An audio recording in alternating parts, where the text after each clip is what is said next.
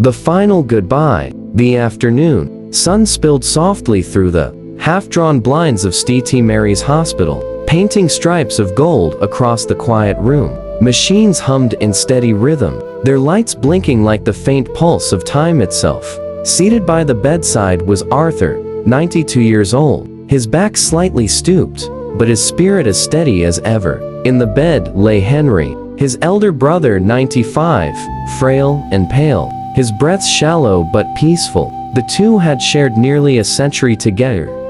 Laughter, serve, and loss. And now, one of them was nearing the end of the road. Arthur reached for Henry's hand, paper-thin skin, cool to the touch. "You old rascal," Arthur said with a trembling smile. "Even now, you had to go first just to prove you could beat me at something." Henry's lips curved faintly, his voice a whisper. "You were always the strong one, Art. Guess I just ran out of miles before you did." Tears gathered in Arthur's eyes, but he blinked them back.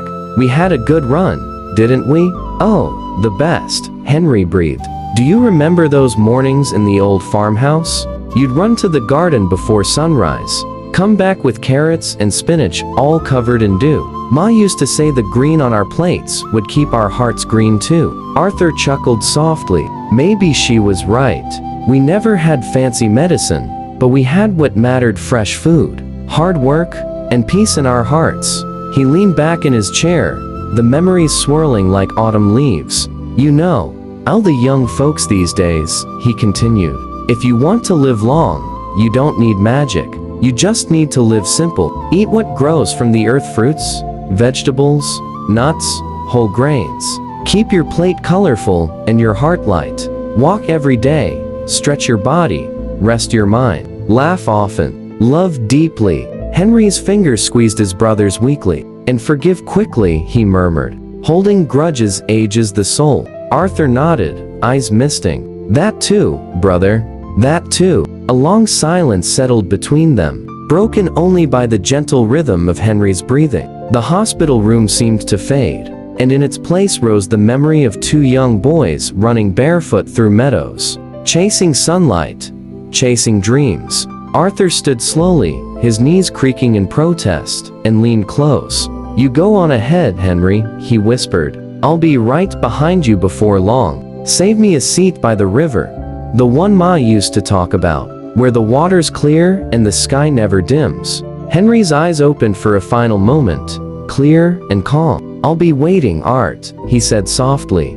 "Where we'll part no more." A single tear rolled down Arthur's cheek as Henry's hand fell still. He stood there for a long time, the weight of 95 years of brotherhood pressing gently against his chest, not with sorrow, but with gratitude.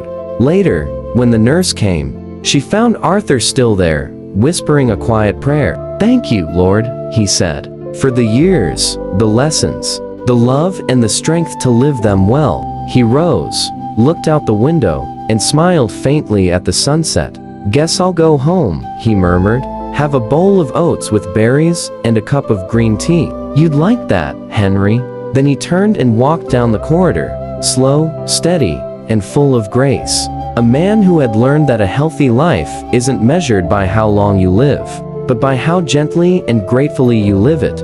Lessons from the Benson brothers. Eat simply, eat naturally. Fill your plate with color: greens, oranges, reds. Think fruits, vegetables, whole grains, nuts, and lean proteins. Move your body every day.